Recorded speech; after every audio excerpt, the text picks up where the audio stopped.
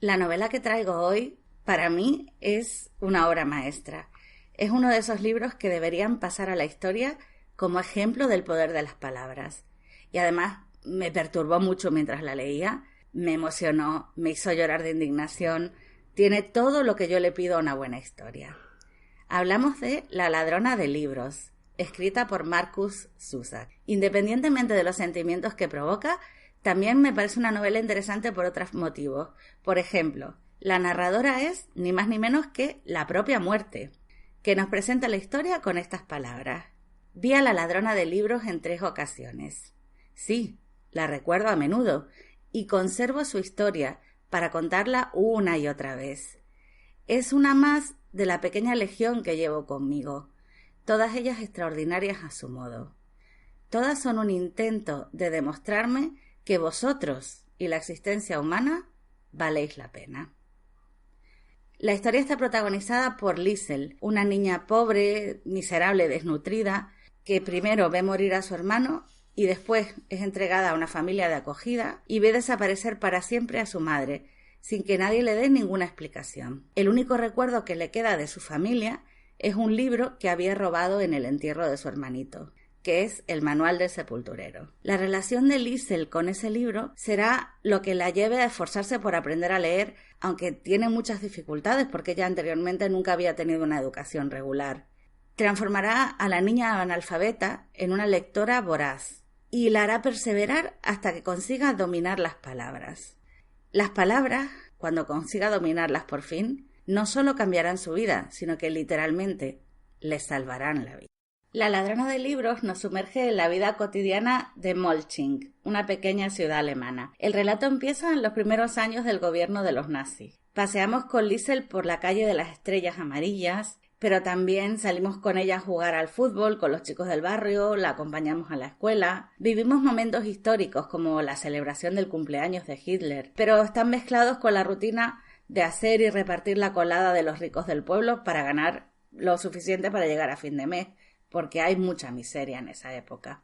Así el autor nos narra la evolución de la protagonista y cómo va adaptándose a su nueva vida y a su nueva familia, pero también sutilmente nos mezcla la evolución de la situación política de Alemania, cómo el miedo y el fanatismo se van infiltrando poco a poco en la vida cotidiana. Sin embargo, por fin Liesl parece que ha conseguido ser feliz. Sigue teniendo hambre porque ya ha empezado el racionamiento, pero ahora por lo menos tiene amigos y puede robar algunas manzanas para engañar al estómago y tiene una familia con la que se lleva bastante bien. Parece que ha llegado a un puerto seguro. Así que el autor, de momento, la deja allí y da un giro a la narración. Os leo textualmente. Cambiemos de escenario. Viajaremos un poquito hasta un almacén secreto y ya veremos lo que encontramos. A su izquierda, tal vez a su derecha, o puede que al frente, hay una pequeña habitación a oscuras. Allí espera sentado un judío. Apesta. Está famélico. Está asustado. Por favor, intenta no apartar la vista. Me parece tan hábil la forma en que el autor, en estas frases tan breves, consigue producir un shock en el lector, a mí por lo menos. Esta última frase, la de intenta no apartar la vista, es directa una interpelación a la conciencia, una llamada a los lectores para que sigan leyendo a pesar de que a lo mejor no les interesa el tema del nazismo o prefieren no profundizar en lo que pasó en aquella época. No, intenta no apartar la vista, sigue leyendo, enfréntate a ello. Me parece tremendo. A mí por lo menos me sacudió por dentro. Y además es que merece la pena seguir leyendo, porque cuando Max aparezca en la vida de Liesl, empezarán las mejores páginas de la novela. Pero antes de que eso ocurra, tenemos un flashback. Hay que remontarse a la Primera Guerra Mundial, al día en que el padre de Liesl, el padre adoptivo de Liesl, consiguió escapar por primera vez de la muerte gracias a algo tan sencillo como un acordeón y su buena caligrafía. Y es que en la historia de la ladrona de libros hay muchos saltos temporales, pero no solo flashbacks, sino también atisbos del futuro. Yo por lo menos es la primera vez que leo una historia que se hace spoiler a sí misma, pero de una forma tan bien narrada que en vez de molestarte lo que hace, a mí por lo menos, claro, es que me motivaba a seguir leyendo para ver cómo y por qué sucede lo que me acababan de anunciar. Cuando Max aparece en casa de Liesel, la novela se vuelve mucho más intensa, pero no solo porque la historia da un giro, sino sobre todo porque el tono y la forma de narrar cambian bastante. Tener a un judío escondido en el sótano ya de por sí es aterrador, pero cuando el fugitivo además se pone tan enfermo que tú piensas que se te va a morir, es peor todavía, porque ¿qué vas a hacer con el cadáver? Si te pillan, aunque esté muerto, igualmente tú ibas a la cárcel. Pero por otra parte, ¿cómo haces para curarlo? Si apenas tienes comida para ti, no tienes medicina y, claro, no puedes llamar a un médico. Desde luego, en esta novela no faltan las emociones fuertes. En esta parte del libro ya no nos centramos solamente en Molchin, en esta pequeña ciudad. La historia se vuelve mucho más global. Por ejemplo, un fragmento en el que la muerte nos describe cómo vivió ese año. Lista abreviada de la muerte de 1942. 1. Los judíos desesperados, con sus espíritus en mi regazo, mientras esperamos sentados en el tejado, junto a las humeantes chimeneas. 2. Los soldados rusos, que apenas llevan unas cuantas balas, confían en que los caídos les abastezcan del resto. 3. Los cuerpos empapados en una costa francesa, varados entre los guijarros y la arena. La Segunda Guerra Mundial ha estallado con toda su furia, y algunos de los personajes que ya hemos conocido en la primera parte del libro tendrán que viajar a distintos frentes, dentro y fuera de Alemania. Junto a ellos los lectores viviremos situaciones de todo tipo. Por supuesto, hay situaciones dramáticas, sin duda alguna, pero también hay rescates heroicos y a través de los pensamientos de la muerte conoceremos lo mejor y lo peor del ser humano, como sucede en todas las guerras. Mientras tanto, en casa, Liesel, que ya había descubierto que las palabras le abrían la puerta a nuevos mundos, ahora hace otro descubrimiento, porque se da cuenta de que las palabras también pueden cambiar la realidad. De hecho, el principal instrumento que utiliza Hitler no son sus ejércitos, sino sus palabras. Pero las palabras son un arma de doble filo, porque ella también puede usarlas para regalarle una nube al judío escondido en su sótano. Y Max puede usarlas para descargar parte de su angustia en un libro muy especial. Y cuando la guerra llegue a Molchin y haya que refugiarse de las bombas en un sótano abarrotado donde se respira miedo, será la voz de Liesel leyendo en voz alta lo único que les dará a todos fuerzas para no volverse locos. Por supuesto, llegados a este punto de la narración, la vida en Molchin es muy distinta de la que vemos al principio de la novela. Y a la ladrona de libros le siguen sucediendo episodios que marcarán para siempre su carácter y que decidirán su futuro, hasta llegar a un final apoteósico que yo no me esperaba en absoluto, seguido de un epílogo que también me sorprendió. De la historia no puedo decir más sin revelaros el final, pero sí me gustaría analizar otros aspectos de la novela. Por ejemplo, la ambientación me parece sublime. En cada página puedes no solo ver lo que estás leyendo, sino casi puedes saborear la sopa de guisantes, oír la música del acordeón, oler la pintura y el aguarrás, o incluso sentir el tacto del pelo de Max, ligero como una pluma. También destaca la estructura. Ya comentamos antes que estaba basada en saltos temporales, pero también la forma en que el tema del nazismo se presenta casi desde las primeras páginas es muy sutil, me gusta, hace analogía con el entierro de un niño. La muerte comenta lo siguiente. Una observación. Una pareja de guardias, un par de sepultureros. A la hora de la verdad, uno da las órdenes y el otro obedece. La cuestión es, ¿qué pasa cuando el otro es más de uno? Otro ingrediente que hace original a este libro es que realmente sorprende bastante. Hay escenas que parecen casi surrealistas, como los combates de boxeo que se imagina Max, o la historia del árbol de las palabras, y las ilustraciones que son muy pocas, pero tienen una tremenda carga simbólica. Por supuesto, el hecho de ver a la muerte hablando de sí misma también es un elemento característico que define mucho el tono de la narración y también la relación que entabla el lector no solo con los personajes, sino también con la propia historia. Un ejemplo es este pequeño fragmento que me parece de los mejores de la novela. En aquella época, mucha gente me perseguía, me reclamaba, me pedía que me la llevara. Unos pocos llamaban mi atención por casualidad y me susurraban al oído con voz apagada.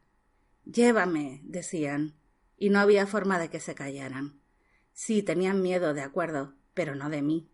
Les asustaba echarlo todo a perder y tener que volver a enfrentarse a ellos mismos y al mundo y a la gente como tú. ¿Cómo se consuela a un hombre que ha visto algo así? ¿Le dices que el Führer está orgulloso de él? ¿Que lo estima por lo que ha hecho en Stalingrado? ¿Cómo te atreves siquiera?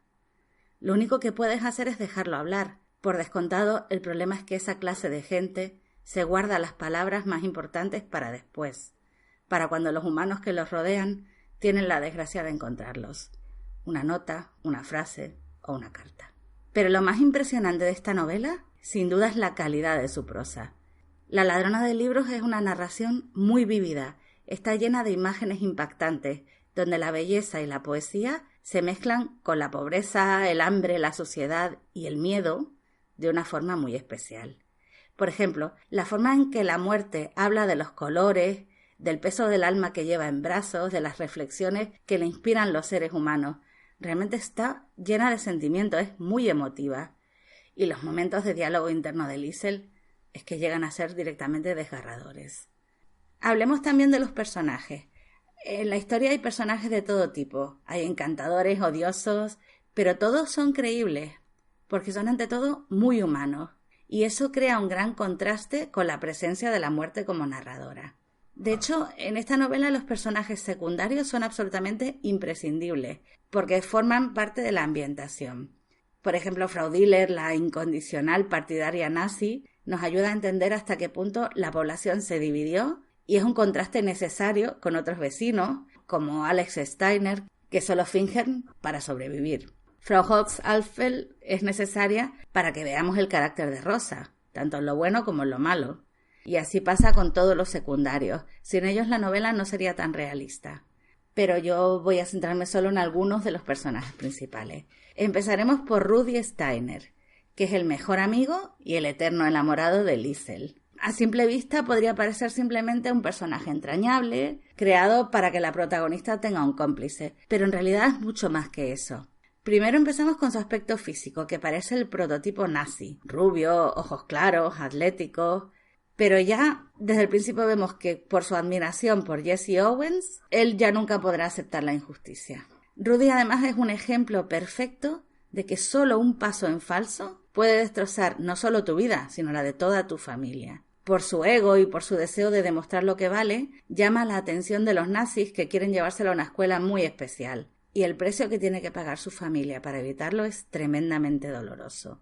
Es un personaje muy bien logrado que también tiene una evolución importante a lo largo de la historia. Primero parece un simple niño travieso, luego un adolescente obsesionado con los besos, pero si profundizas tiene una personalidad bastante compleja. Algo parecido sucede con Rosa Huberman, la madre adoptiva de Liesl. Aparentemente simplemente una mujer insufrible, agresiva, grosera, que solo habla a gritos y diciendo tacos, y siempre dispuesta, por supuesto, a golpear a Liesl. Pero detrás de esa fachada hay una mujer generosa, valiente, y aunque no lo demuestre, sí que es capaz de amar. Hay una escena preciosa en la que pasa la noche abrazada al acordeón que a mí realmente llegó a emocionarme. Además, su capacidad para superar antiguas rencillas y ayudar a su archienemiga en un momento de apuro, o su entrega para salvar a Max a cualquier precio, destacan y se valoran mucho más precisamente porque contrastan con ese carácter tan rudo y tan desagradable. Max, por supuesto, es un personaje maravillosamente descrito. Con solo 22 años, ha pasado de ser un luchador que se niega a rendirse a un hombre derrotado, y además está hundido por el peso de la culpa del superviviente. Ni por un segundo olvida que su presencia puede costarles la vida a Liesl y a toda su familia, y se pasa todo el día disculpándose simplemente por existir. Sin embargo, en su interior todavía quedan deseos de venganza, y esos se exteriorizan en sus sueños. Y aún le quedan ganas de vivir, por desgracia, porque eso hace que sufra aún más su cautiverio. Las horas se le hacen eternas y no tiene nada con lo que llenarlas, pero eso es lo que le motiva a ponerse a escribir. Una vez más, Zusak nos demuestra que las palabras tienen poder. En este caso, Las palabras que escribe Max, que empezaron simplemente siendo algo para entretenerse, para pasar el tiempo, acaban siendo sanadoras, le dan esperanza, ayudan a darle sentido a esta situación tan terrible. Para Max, escribir es un acto de rebeldía, es una forma de resistencia frente a los nazis. Es la única forma de luchar contra ellos que tiene a su alcance. Además, la estancia de Max en el sótano está narrada de una forma magistral. Sí que de vez en cuando es inevitable mencionar lo que siente, lo que piensa, sus padecimientos físicos, pero no se centran en eso. El autor prefiere que empaticemos con él de otra forma, por ejemplo, en esta preciosa escena. Cuando todo estaba en silencio, subí al pasillo y la cortina del comedor estaba un poco descorrida. Se veía la calle y miré, pero solo unos segundos. Hacía 22 meses que no veía el mundo exterior. No hubo enfados, no hubo reproches. ¿Qué aspecto tenía?, preguntó Hans. Había estrellas, contestó Max. Me quemaron los ojos. Hans Huberman, el padre adoptivo de Liesl, es el hombre perfecto. Es imposible no querer a este personaje, que pasa las noches en vela para ayudar a su hija y que siempre está dispuesto a ayudar a cualquiera que se lo pide. Hans tiene la habilidad de pasar desapercibido. Aparentemente parece un pobre diablo, un mediocre que nunca llegará a nada. Pero, sin embargo, es un ejemplo fundamental para Liesl y también para Rudy, porque tiene unos fuertes principios que consiguen vencer incluso al terror. El problema es que precisamente su bondad es lo que va a provocar un gravísimo desastre que destruye todo lo que quería proteger. Hans es el ejemplo perfecto de que las mejores intenciones pueden conducir a los peores resultados si no tienes la cabeza muy fría. Parece una ironía cruel, pero es que yo creo que es un acierto por parte del autor, porque aporta mucho realismo a la novela. Y por último, claro, hay que hablar de la protagonista, de Liesl Memminger. Es una niña especial, terca, desafiante, valiente durante el día, que por las noches vive aterrorizada por pesadillas insoportables. Después será una adolescente que en la época más miserable y sin nada para comer, prefiere robar libros que alimentos o cigarrillos. Una joven llena de rabia que sabe ser dulce y soñadora con Max, desdeñosa con Rudy, dura con la mujer del alcalde, complaciente con las monjas. Es como un camaleón, se adapta al ambiente, pero nunca pierde su propia esencia. Y además es un personaje fascinante que, a mí por lo menos, nunca me aburre. Pero además de los personajes hay otro elemento fundamental en la trama de La ladrona de libros. Y se trata precisamente de los libros. Porque La muerte nos narra la historia de Liesl dividida en 10 secciones, y cada una de ellas lleva el título de un libro o una historia. La primera es el Manual del sepulturero. Ya hemos comentado al principio lo que significaba este libro para nuestra protagonista. Es el nexo de unión, lo último que le queda de su auténtica familia, la despedida de su madre y de su hermano. Pero es que además el Manual del sepulturero será el inicio de su entrañable relación con Hans, su padre adoptivo, porque lo usa para enseñarla a leer cuando se despierta de las pesadillas. Es la puerta por la que Liesl descubre el placer de la lectura. También causa su primera pelea en la escuela, en la que casi mata a uno de sus compañeros. Está cargado de simbolismo y de recuerdos. A continuación viene El hombre que se encogía de hombros, un libro que Liesl rescata de la hoguera el día de la celebración del cumpleaños de Hitler. La historia en sí no es importante. Lo que importa es lo que significa para la protagonista. Venganza contra el Führer. Porque a estas alturas Liesl ya se ha dado cuenta de que él es el causante de la desaparición de sus padres y necesita salvar algo de lo que está destruyendo. Además, este robo es presenciado por Lisa Hermann, la mujer del alcalde, que más adelante será una persona muy importante en la vida de la niña y la clave para los futuros robos de libros. La siguiente sección está protagonizada por 3 títulos: Mi lucha, El vigilante y, sobre todo, El árbol de las palabras. Mein Kampf, o Mi lucha, que es el libro escrito por el propio Hitler, es un título que aparece en diferentes escenas y contextos. En primer lugar, es la coartada que usa Max para viajar desde su almacén hasta casa de Liesl, porque es difícil que a un nazi se le ocurra pensar que un judío va a leer ese libro en público mientras viaja tranquilamente en un tren. Pero además, ese mismo ejemplar de Mein Kampf es el que Max cubre de pintura blanca para escribir en él los 2 relatos que le regalará a Liesl. El vigilante es el primero de esos relatos. Es una historia de amistad y que motiva a Liesl a usar palabras amables para combatir palabras odiosas. Y a continuación llega El árbol de las palabras. Es una historia que me hizo llorar a mares, llena de esperanza, de amor, de lucha contra el odio y con unas ilustraciones estremecedoras, llenas de significado. Siempre me ha gustado mucho el concepto de un libro dentro de otro libro, un recurso que muy pocos autores utilizan, pero que en este caso da mucha profundidad a la historia. Para Liesl, El vigilante y El árbol de las palabras serán una guía en los difíciles tiempos que tendrá que sufrir, algo a lo que aferrarse y además toda una lección de vida que también influyen en la formación de su personalidad. El tercer bloque está titulado El hombre que silbaba, como el título del libro que Liesl está leyendo en esa época. Es el último libro que lee como invitada en la biblioteca de la mujer del alcalde antes de pelearse con ella. Esta pelea marcará un punto de inflexión en la vida de ambas. A partir de ese momento, Liesl vuelve a ser la ladrona de libros. Esto la une mucho más a Rudy, que será su cómplice en estos robos.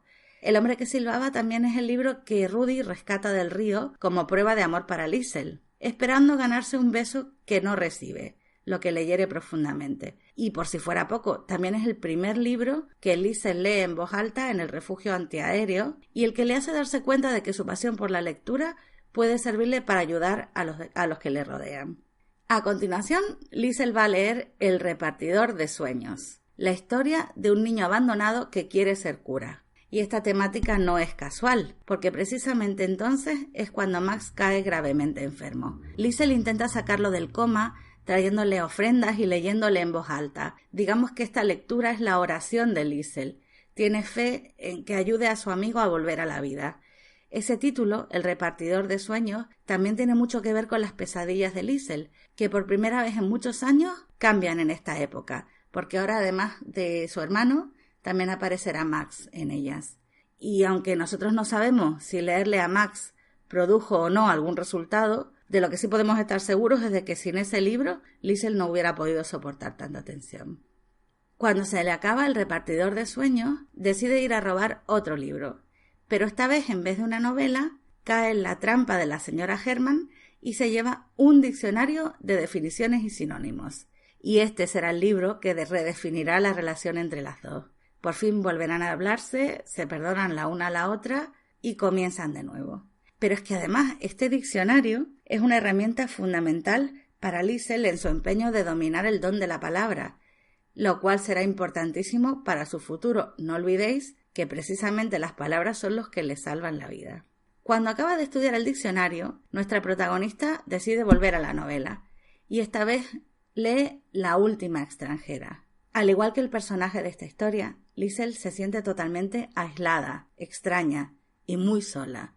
No encaja ya con el mundo que le rodea, porque no puede ser una simple observadora, pero tampoco encuentra su camino. Es lo mismo que le sucede a los judíos, que antes eran alemanes, tanto como la propia Liesl, y ahora son extranjeros en su propio país, donde han nacido y crecido. En este capítulo, Liesl se enfrenta al segundo desfile de judíos que ve en su vida. Es una escena realmente terrible. Además, ella se siente más afín a cada uno de esos supuestos extranjeros que a sus propios vecinos de toda la vida, que pueden mirar tanto sufrimiento y quedarse al margen. Sin embargo, si no hubiera leído La última extranjera, no hubiera estado preparada para este momento. De alguna manera el libro le da fuerzas para soportarlo. Pero también le hace ser consciente de que ya no quiere más palabras. Es consciente del poder de la palabra, del daño que ha hecho y que seguirá haciendo, y decide dejar de leer. Queda, sin embargo, un último título, el que da nombre a la parte final de la novela, y se lo debemos precisamente a la mujer del alcalde, que a pesar de su afiliación nazi, por supuesto, sus zapatillas y su albornoz con esvásticas, demuestra ser una amiga muy fiel para nuestra protagonista. Este último título, el que salvará la vida de Liesl, ya tendréis que descubrirlo vosotros. Me apetece muchísimo conocer vuestra opinión sobre La ladrona de libros. ¿Habéis leído la novela? ¿Os gustó? O si no la habéis leído, ¿os apetece darle una oportunidad? Espero vuestros comentarios. Hasta aquí el programa de hoy. Si queréis más información sobre el mundo de las letras o disfrutar de más reseñas, podéis seguirme en Facebook y también en mi web, flechaliteraria.com. Muchas gracias por escucharme. Nos encontramos de nuevo el próximo viernes y hasta entonces disfrutad de la lectura.